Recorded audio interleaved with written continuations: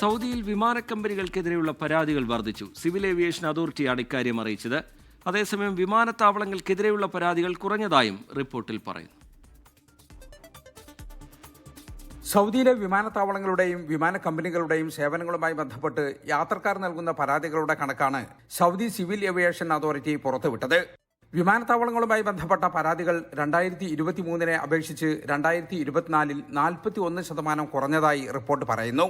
2023 1630 പരാതികൾ ലഭിച്ച സ്ഥാനത്ത് 2024 ലഭിച്ചത് 966 പരാതികൾ മാത്രമാണ്.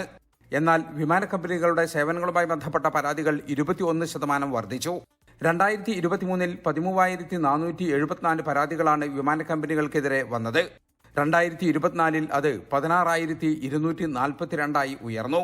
വിമാനം വൈകൽ, റദ്ദാക്കൽ, ബാഗേജ് മിസ്സിംഗ് തുടങ്ങിയവയെല്ലാം പരാതികളിൽപ്പെടും. ആഗോള വ്യോമഗതാഗത കേന്ദ്രമെന്ന നിലയിൽ സൗദി വിമാനത്താവളങ്ങളിൽ സൗകര്യങ്ങൾ വർദ്ധിപ്പിക്കുമെന്ന് സിവിൽ ഏവിയേഷൻ അതോറിറ്റി അറിയിച്ചു.